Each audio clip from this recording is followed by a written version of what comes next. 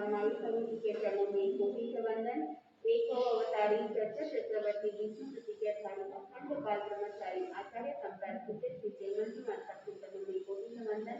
उन्हीं के काव्य प्रदर्शन तम मेरु सरल मना प्रशांत देता आचार्य संप्रदाय शिष्य जय कक्षाधिपति व्याख्यान वाचस्पति वसंत सिद्ध साधक गुरु बिहारी आदि कवि काव्य प्रदर्शन आचार्य प्रवचन काव्य प्रदर्शन गोल तपस्वी उपाध्याय श्री गुणन चंद्र जी महाराज एसएस प्रेम कवि माता प्रारंभ करता अनुप्रिया ध्यान सहिता प्रवचन प्रभावक मेरे जीवन भारत पूज्य गुरुदेव डॉक्टर श्री पदम चंद्र जी महाराज को वंदन करते हुए सभी गुरुजनों को वंदन करती हूँ। स्वामी जी को विदित करूँ। अनंत चौरी सभाधिक महावीर विनायक क्षेत्र महाकाली धर्मनि शील मातुर बलिधर शूरवीर नेत्र क्षीरद प्रधानी पौजा भव जल तीर श्रीमंदर प्रभो जगन्नाथ करवीर छेड़ई दिगमान जयवंता जगदीश एक सोने सरदार पुत्र पड़े जगीश धन्य मोटा प्रभु नमाऊं शील केवल दोय घोड़ी उत्तरता नवतोर तुमी दोय सत घोड़ी उत्तरता नव सत घोड़ विचरे चलित मोटा तपस्वी घोर आगे कर बंदो काले भवनी कोट चौबीसे दिन रात सकलानी गलतार चौदह समय भावन केशवनो सुखकार दिन शासन नायक धन्य श्री रतिनंद गौतमादि वर्तायो आनंद। गुरुदेव की आज्ञा से आज अनंत ज्ञानी अनंत दर्शी तीर्थंकर प्रभु महावीर स्वामी ने फरमाया है कि ये संसार क्या है, बंधन रूप बंधु जीव इस बंधन के अंदर फंसा हुआ और इस संसार के अंदर परिभ्रमण कर रहा है। वहाँ बंधन चाहे सोने का हो चाहे लोहे का हो, लेकिन बंधन तो बंधन ही होता है। बंधुओं, मोह का स्वभाव है बांधना और आत्मा का स्वभाव है मुक्त होना, लेकिन वहाँ वापस मोह के अंदर फंस जाती है और वही आत्मा संसार के अंदर परिभ्रमण करती है। बंधुओं, इन बंधनों से मुक्त होने के लिए आचार्य सम्राट पूज्य श्री जयवंती महाराज साहब ने बहुत ही सरल उपाय बताया है।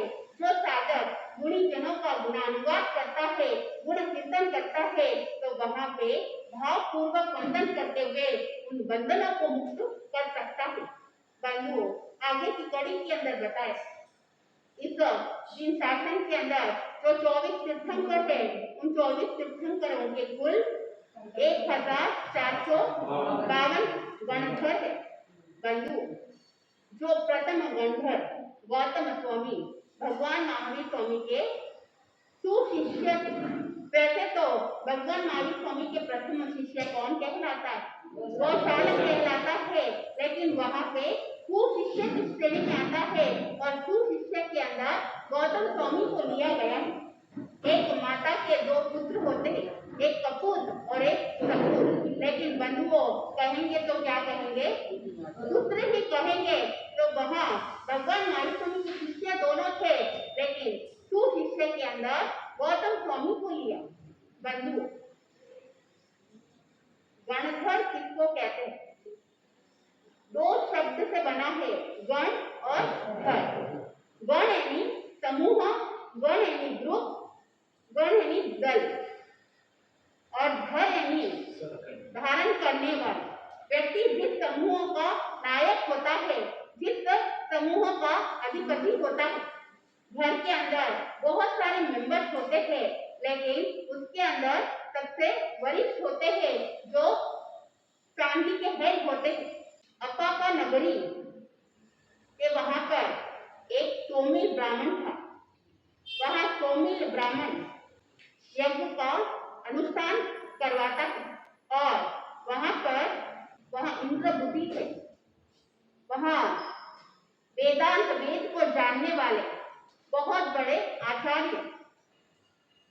और जब उनको बुलाते हैं अनुष्ठान करने के लिए, इंद्रभूति के मन में वह अहंकार था कि मैं बहुत बड़ा आचार्य हूँ, यानी मेरे पास जो ज्ञान है, जो विद्या है, वह विद्या किसी के पास भी नहीं है।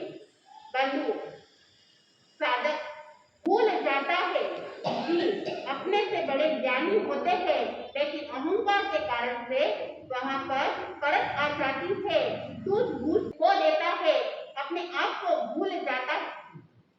जब वहां पर यज्ञ का अनुष्ठान हो रहा था, उस समय वहां पे मंत्र उच्चारण करते हुए उस यज्ञ के अंदर आहुति दे रहे थे। बंधुओं, ऊपर से विमान गुजर रहा था और लोगों ने देखा कि देखो इनके अंदर क्या प्रभाव है, जो इनके मंत्र उच्चारण से वहां पर विमान गुजर रहे थे। लोग तो आते ही है, दूर दूर से उनका यशो कीर्ति फैली हुई थी और वहां लोग आते थे देखने के लिए, लेकिन देवता भी आने लग गए। वहां पर बहुत बड़ी बात है तो अपने आप को महान समझने लगा इंद्रभूति। हर साधक यही चाहता है कि मैं इस संसार के अंदर रहता हूँ तो मैं क्या प्राप्त करूँ, जीत को प्राप्त करूँ। और जब वहां पर वो जैसा चाहता है वैसा उसको प्राप्त हो जाता है तो वो अपने आप को जीत महसूस करता है, लेकिन जैसे वो चाहता है उसको वैसा नहीं मिले तो वहां पे हार को महसूस करता है, और जब जीत जाता है तो वो खुशी मनाता है, और जब हार जाता है तो उसको दुख महसूस होता है। इंद्रभूति गौतम, उन्होंने भी देखा कि देवता का विमान जा रहा है तो वो अपने आप को जीत महसूस करते। जैसे जैसे विमान आगे बढ़ रहा था, यहाँ पे मंत्र का उच्चारण जोर जोर से होने लगा कि देव भी मेरे इससे प्रशंसित है। बंधु, वहां विमान आगे जाते गया कि आंखों से ओझल हो गया। वहां इंद्रभूति ने देखा कि विमान कहाँ चले, हो सकता है यहाँ पर पार्किंग करने की जगह नहीं होगी, इसलिए वो आगे की तरफ को चले गए। क्या उनको विस्मृत तो नहीं हो गए कि यहाँ पे यज्ञ का कार्यक्रम चल रहा है, कहीं वो भूल तो नहीं गए। बंधुओं, वहां पर अनेक अनेक विचार आ रहे थे और उसी विचार की श्रृंखला के अंदर सोचा कि कोई बात नहीं, वापस लौट के आएंगे, लेकिन बंधुओं वो आए नहीं। इंद्रभूति गौतम खुद को जीत महसूस कर रहा था कि मैं जीत गया हूँ, मैं सर्वज्ञ हूँ, मैं सब कुछ जानता हूँ, लेकिन जैसे ही देव का विमान आगे गया, पुनः लौट के नहीं आया तो वहां पे उदास हो गए, मन खिन्न हो गया, और वही जीत किसमें बदल गई, हार में बदल गई। बंधुओं, हर व्यक्ति यही चाहता है कि मैं जीतूं, लेकिन ये संसार के अंदर जो हार और जीत चलता रहता है, ये व्यवहार की दृष्टि से व्यक्ति हारेगा और जीतेगा, लेकिन ज्ञानी जन कहते हैं जो साधक हार के भी अगर जीत जाता है, ऐसा जीत जो कर्मों से जीत लेता है, तो वापस इस संसार के अंदर भ्रमण करने की जरूरत नहीं है। अगर पुत्र आज्ञाकारी होगा, अगर पत्नी आज्ञाकारी होगी तो वहां पे अपने आप को जीत महसूस करेगा, और अगर वह आज्ञाकारी नहीं होता है तो वहां पर दुखी हो जाता है। बंधु, वहां विमान लौट के नहीं आया। इंद्रभूति ने देखा क्या बात है, उन्होंने अपने शिष्य समुदाय को भेजा और बोले कि वहां देख कर आओ ऐसा क्या है कि पुनः देवता लौट के नहीं आए। वहां शिष्यगण जाते ही बंधुओं, उस समय भगवान महावीर स्वामी को केवल ये प्राप्त हो गया था, वहां पे समोसरण की रचना हुई थी, वहां पर 3 जाति के जीव आए थे, नरक गति को छोड़कर मनुष्य गति, तिर्यक गति और देव गति।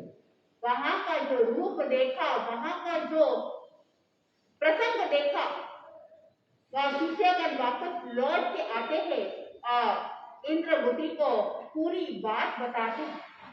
बंधु, इंद्रभूति ने सोचा कोई भेड़ूपिया होगा, कोई मायाजाल होगा, लोगों को ठग रहा होगा।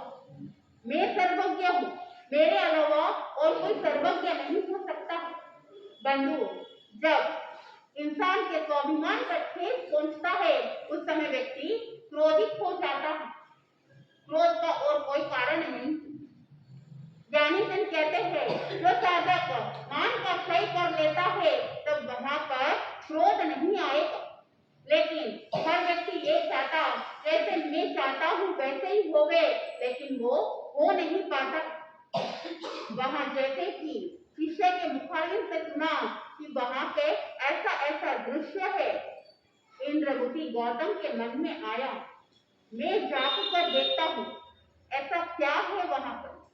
बंधु गए थे उनको हराने के लिए और वहां कदम को आगे बढ़ाते थे।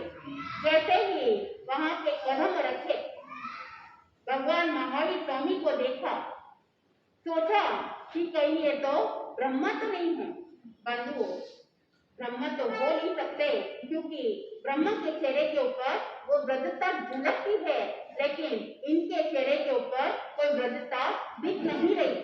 तीर्थंकर का अतिशय होता है, जैसा उनका रूप होता है, जैसा उनका सौंदर्य होता है, अंत समय तक वैसे ही होता है। चेहरे के ऊपर कोई झुर्रियां नहीं पड़ती है, वो सौंदर्य। बंधु, सोचा कहीं महेश तो नहीं है, लेकिन महेश के आंखों में तो वो क्रोध की अग्नि जलती है, लेकिन इनकी आंखों में से वो करुणा की रस बह रही है। सोचा कहीं ये सूर्य तो नहीं है, लेकिन सूर्य क्या है, वहां तेज है, वहां जला देता है, लेकिन इनको देखते वहां पे शांति की अनुभूति हो रही है। सोचा कि ये कोई चंद्र तो नहीं है, ये चंद्र के समान तो नहीं है, लेकिन चंद्र के ऊपर कलंक एक दाग हो सकता है, लेकिन इनके ऊपर कोई दाग नहीं है, ये तो निष्कलंक है। सोचने लगते, जैसे ही सोचा कि मैं पुनः अगर वापस लौट के चला जाऊंगा, मेरा नाम जो चारों दिशा में फैली हुई है, सोचेंगे कि ये तो पुनः लौट के चले गए। जैसे ही भगवान महावीर स्वामी तो केवल ज्ञान, केवल दर्शन को प्राप्त करने वाले, तीनों कालों को जानने वाले, उन्होंने जाना कि इंद्रभूति के मन में बहुत सारी शंकाएं चल रही है और उन्होंने इंद्रभूति को नाम से पुकारा, हे इंद्रभूति, आपका यहाँ आना कल्याणकारी है, स्वयं के लिए और पर के लिए भी। जैसे ही नाम सुना, मन के अंदर जो अहंकार दबा हुआ था वो वापस भड़क जाती है। मेरा नाम कौन नहीं जानता, मैं तो सर्वज्ञ हूँ, मैं इतना ज्ञानी हूँ, विद्वान हूँ, मेरा नाम हर व्यक्ति के मुंह में है, तो हर कोई मुझे जानता है। बंधु, अगर कोई साधक मुनिराज के दर्शन के लिए जाता है और मुनिराज ने नाम बतला देते हैं तो उनको क्या होता है? खुशी मिलती है। और अगर कोई नाम नहीं बतलाए, कुछ बोले नहीं, तो एक क्षण के अंदर मन के अंदर विचार आएगा कि मैं इतने दूर तक आया हूँ, लेकिन मुझे बतला भी नहीं रहे थे, मेरा नाम ही नहीं ले रहे थे, दोबारा क्यों जाना? इस तरह से नेगेटिविटी आ जाती है। लेकिन बंधु, डॉक्टर श्री पदम चंद्र जी महाराज साहब कहते हैं, अगर कोई प्रशंसा करता है उस समय फूले नहीं समाना, और अगर कोई प्रशंसा नहीं करता है तो उस समय बुरा भी नहीं मानना। बंधुओं, वहां इस कला को जान लेता है तो वहां पे अपने आप को बैलेंस रखेगा, जीवन के अंदर अपने आप को संभाव में रख। जैसे ही नाम पुकारा, वहां पर मन के अंदर वह प्रशंसित हो गए। बंधु, लेकिन इंद्रभूति गौतम के मन में आया, मेरे मन के अंदर जो भावना चल रही है इतने समय से, जो मैं अपने शिष्यों को भी नहीं बताया हूँ, मैंने किसी को भी नहीं बताया, अगर वो मेरी इस भावना को व्यक्त कर देंगे, मेरे मन के विचारों को अगर वो प्रकट कर देंगे, तो मैं जान जाऊंगा कि यही सर्वज्ञ है, यही सर्वदर्शी है। मैं इनके चरणों में समर्पित हो जाऊंगा। बंधुओं, वह आए थे उनको हराने के लिए, लेकिन भगवान महावीर स्वामी ने उनको कहा कि तुम्हारे मन के अंदर एक शंका चल रही है कि जीव का अस्तित्व है या नहीं है। बंधुओं, जिस व्यक्ति के मन में अगर एक भावना आ जाती है, एक प्रश्न खड़ा हो जाता है कि जीव का अस्तित्व है या नहीं है, तो समझ लेना कि जीव का अस्तित्व है, जो दिखाई नहीं देता है। बंधुओं, जो हवा है वह हवा क्या है? रूपी है, लेकिन वो हमको दिखाई नहीं देता है, उसको केवल महसूस किया जा सकता है। तो ठीक उसी प्रकार जो आत्मा है, आत्मा क्या है? अरूपी है। जब रूपी पदार्थ को हम देख नहीं सकते हैं, तो अरूपी पदार्थ को कैसे देख सकते हैं?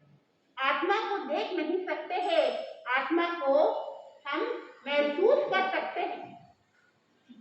किसी दर्शन के अंदर कहते हैं कि आत्मा यहाँ पर है, किसी दर्शन के अंदर आत्मा कई और स्थान बताते हैं, लेकिन जैन दर्शन कहता है कि आत्मा पूरे शरीर के अंदर व्याप्त है।